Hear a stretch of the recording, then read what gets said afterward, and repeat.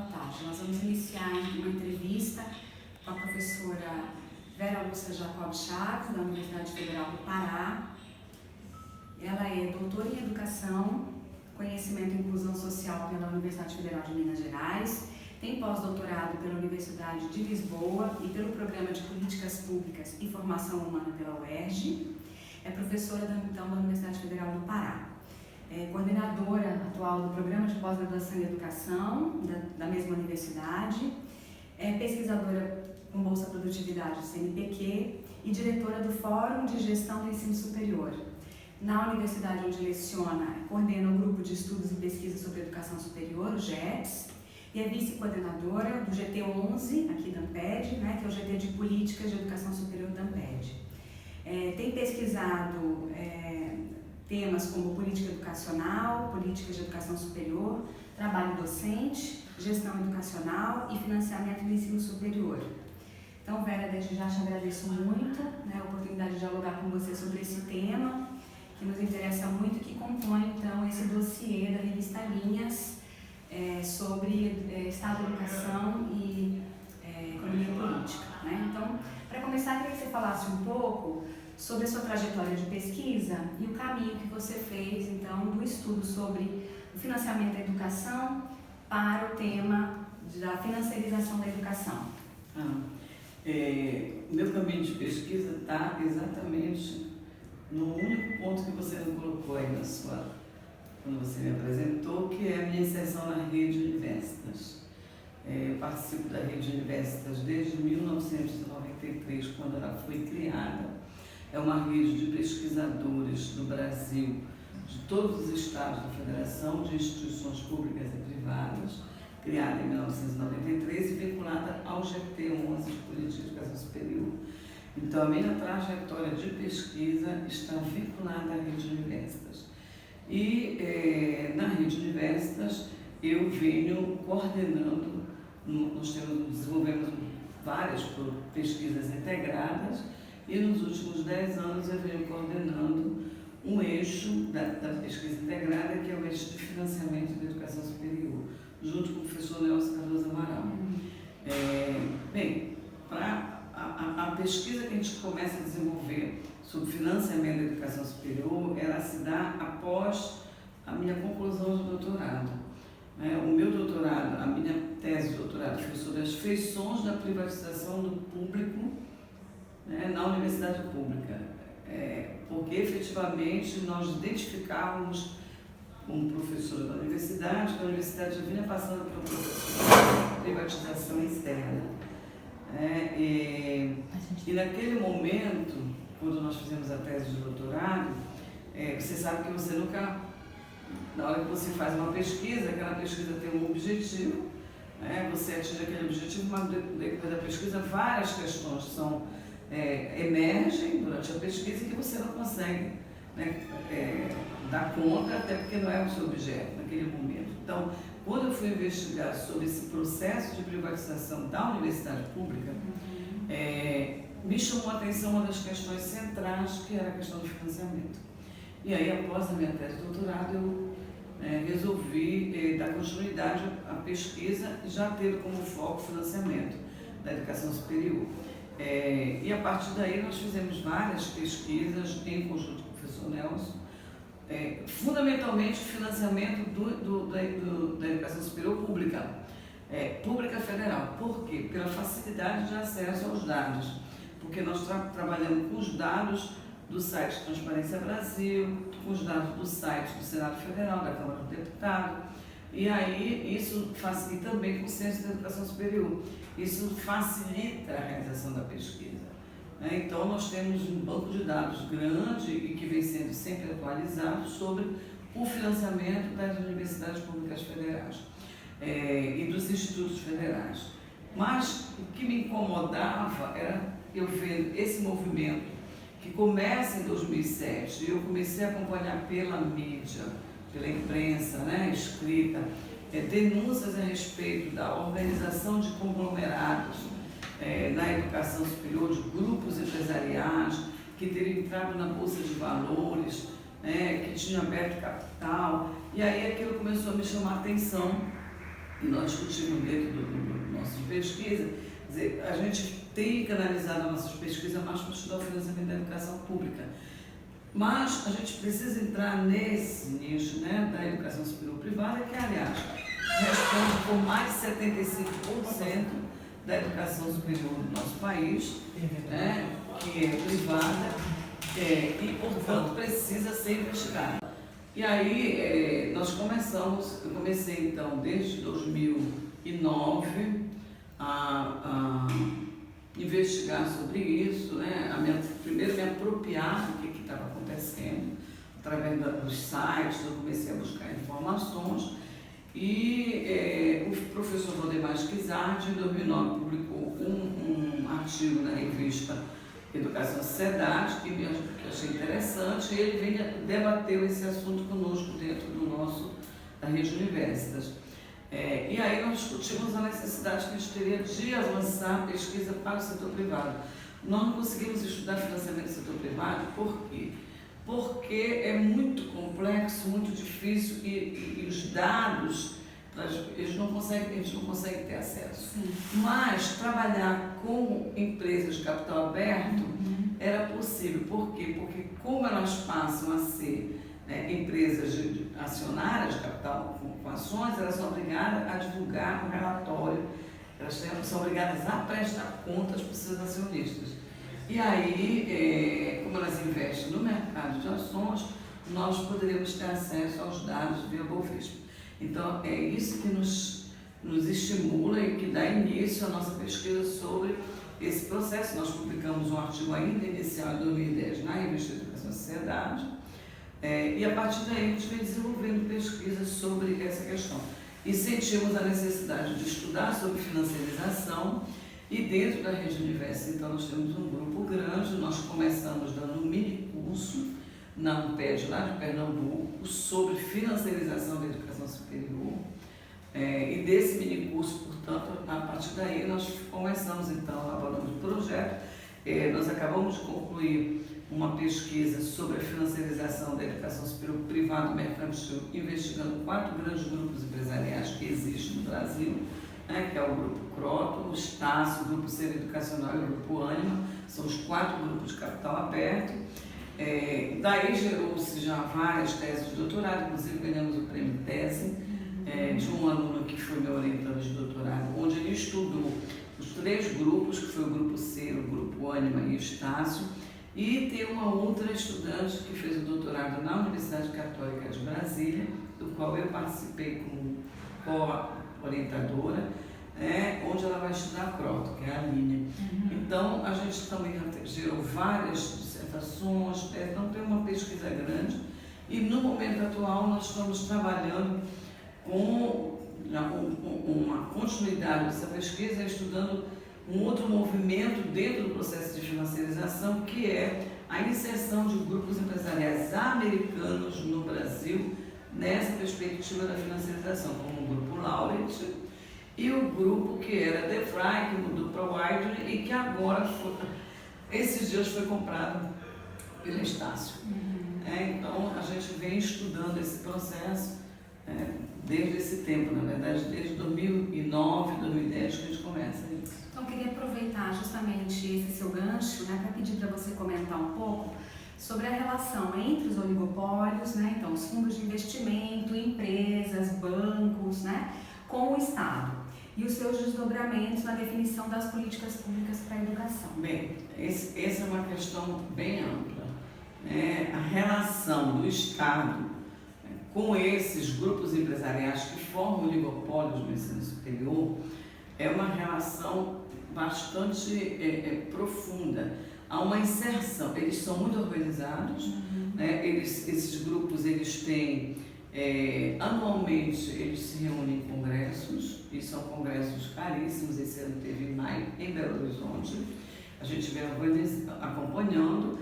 Eles criaram o Fórum de Gestão, que é o FOREV, que é um fórum que reúne esses grupos empresariais de capital aberto, e eles têm todas os congressos deles anuais, tem a participação do ministro da Educação do nosso país.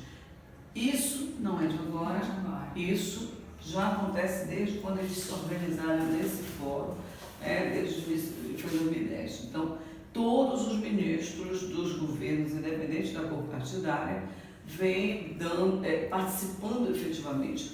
E nesses congressos, eles elaboram uma carta, e essas cartas, elas vêm com toda uma direção para a definição das políticas que interessam para eles, para a educação superior. Por exemplo, ProUni, FIES, educação à distância, diretrizes curriculares, empreendedorismo, a concepção que eles têm de educação superior está presente nessas cartas.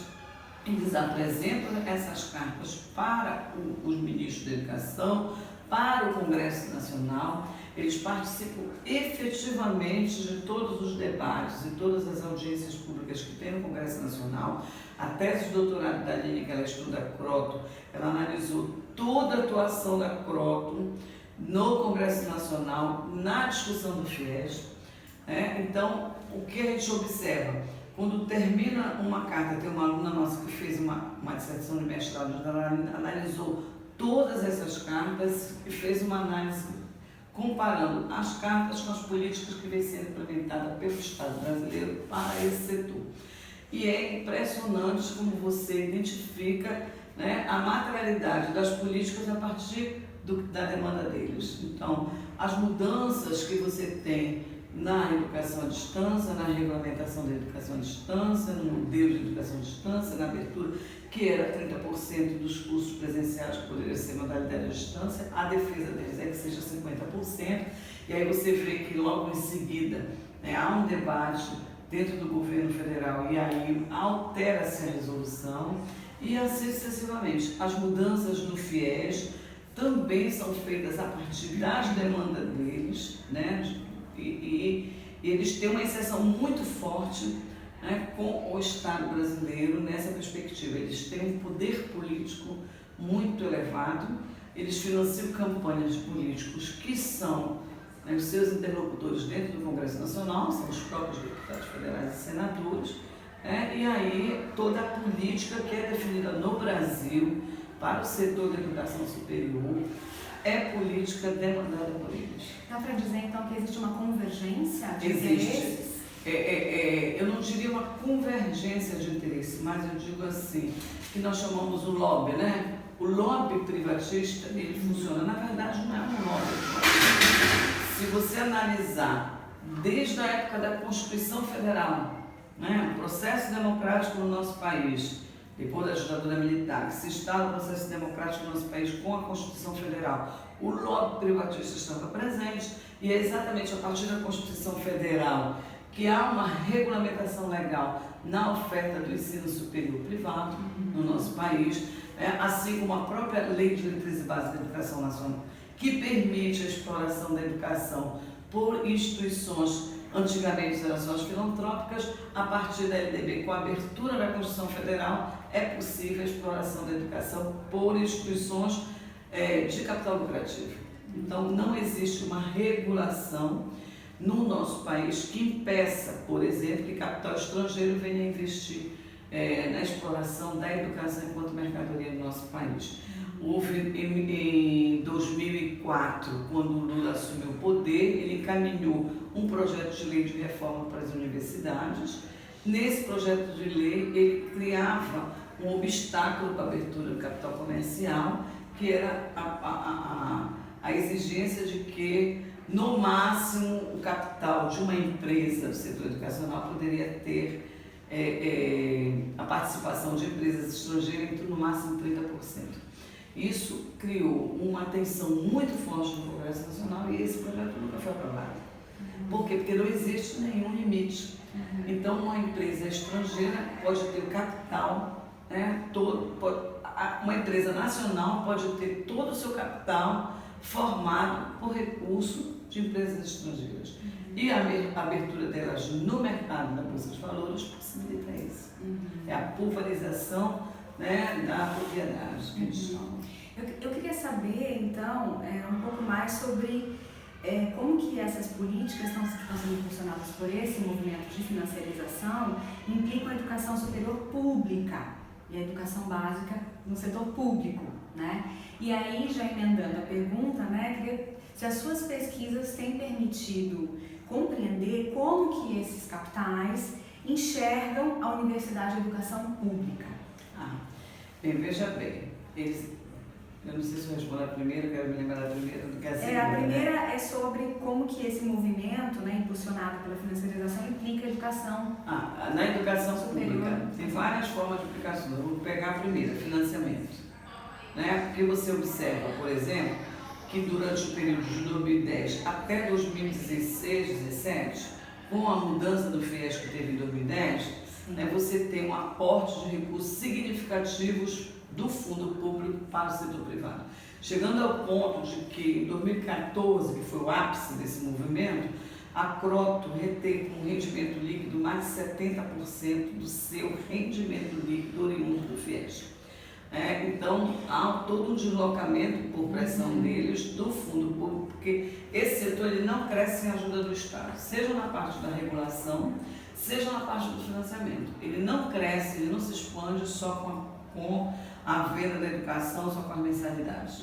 Ele precisa do suporte do Estado, seja pela renúncia fiscal, tanto que o ProUni, quando foi criado, ele abre a possibilidade, porque antes as filantrópicas é que tinham renúncia fiscal e as filantrópicas eram a maioria confessionais e tinham que desenvolver alguma ação de caridade, né, para a sociedade, para elas poderem ter um certificado de filantropia.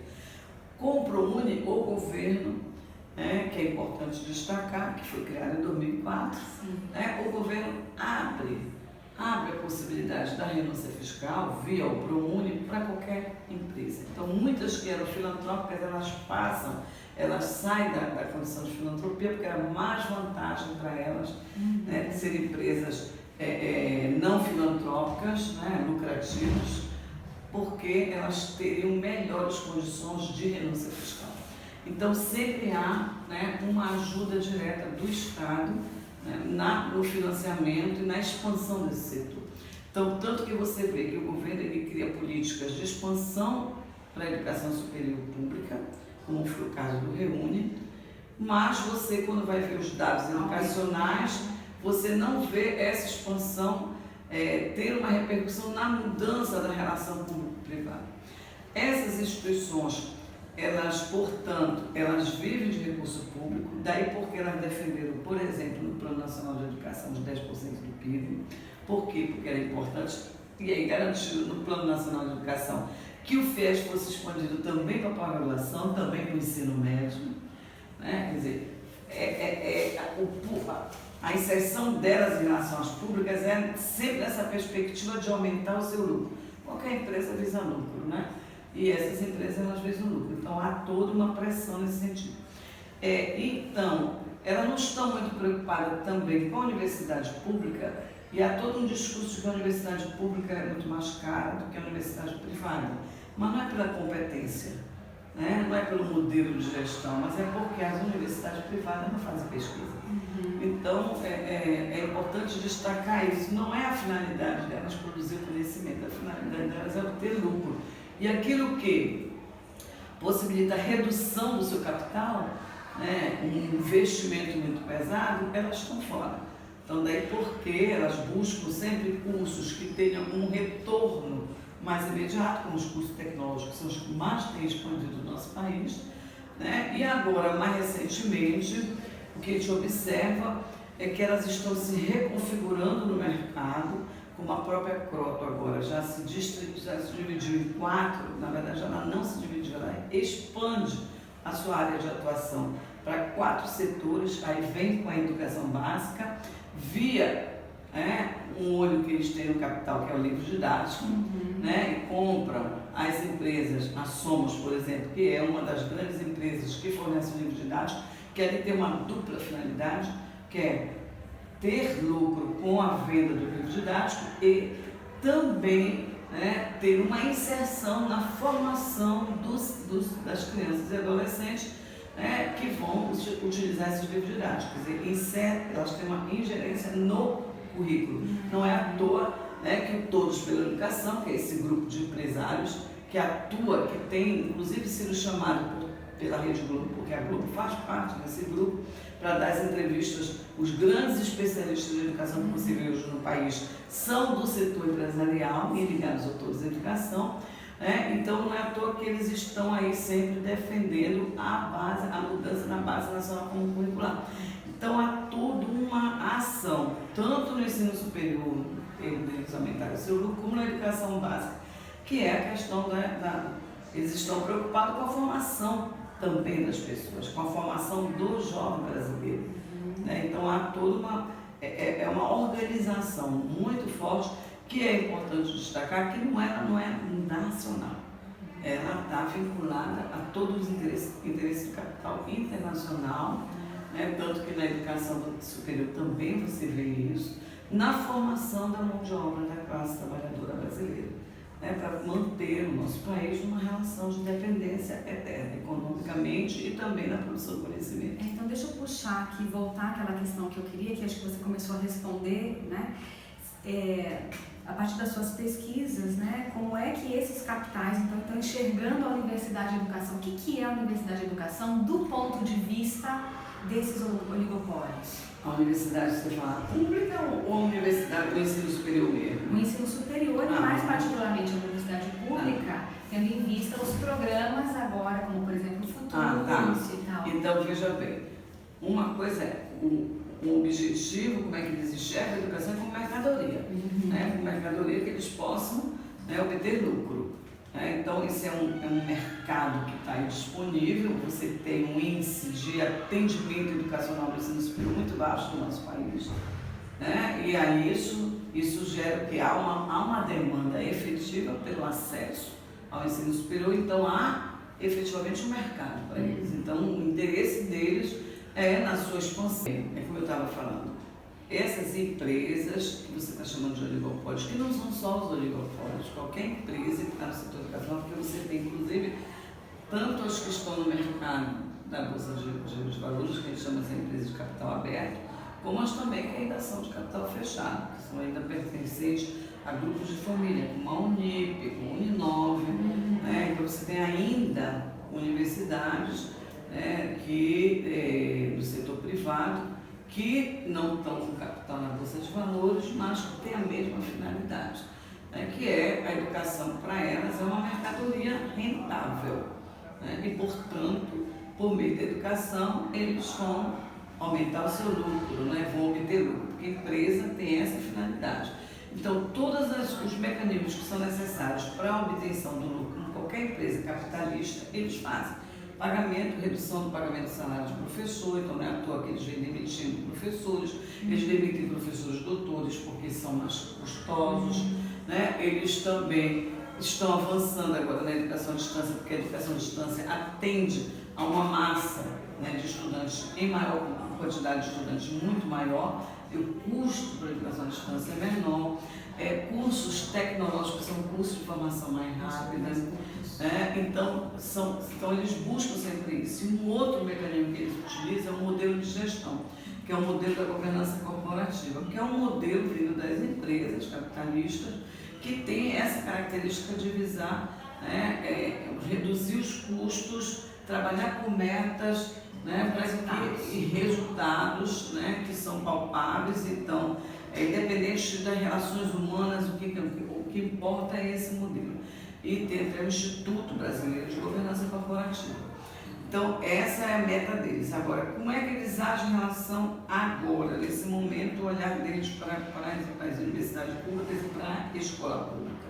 Está exatamente isso. Eles querem adentrar nesse mercado, e aí você tem na escola pública da educação básica já a possibilidade de organizações, ONGs, organizações sociais que firmam convênios com prefeituras para elas serem responsáveis pela formação de professores, elas vão contratar os professores para naquela sala, vão atuar na área da gestão. Então elas criam empresas que vão, a partir dali, ser responsáveis pela gestão da escola. E o Estado financia isso. Então, Com o tempo, os professores e os servidores públicos deixarão de ser públicos e vão ser contratados como se fosse uma empresa terceirizada. É a terceirização do setor educacional. Na universidade pública, a situação é mais complexa. E aí o Futuris, que é esse projeto, esse programa que o governo está lançando, tem essa finalidade, que é o quê? O governo se desresponsabilizar do financiamento da educação pública, tanto que na reunião que eles tiveram esse ano no Congresso, que foi em maio, que eu falei para vocês, no fórum deles, um dos pontos que o ministro da Educação atual falou e pediu o apoio deles era para a aprovação do Futuris dentro do Congresso Nacional. E qual é o interesse deles? Exatamente, por quê? Porque na medida em que eles colocam que vai haver uma captação de recursos no mercado, recursos próprios das universidades no mercado, as universidades reduzem a pressão, né, para o financiamento público e com isso libera recursos do fundo público para o setor privado. Essa é uma das questões. E a outra questão é a possibilidade deles entrarem no patrimônio das universidades públicas via as organizações sociais. Então não é à toa que a Croton já não, ela, na verdade ela não se desmembra, ela amplia a sua atuação, porque ela continua como Croton, né, para a oferta do ensino superior com todas as instituições que ela possui.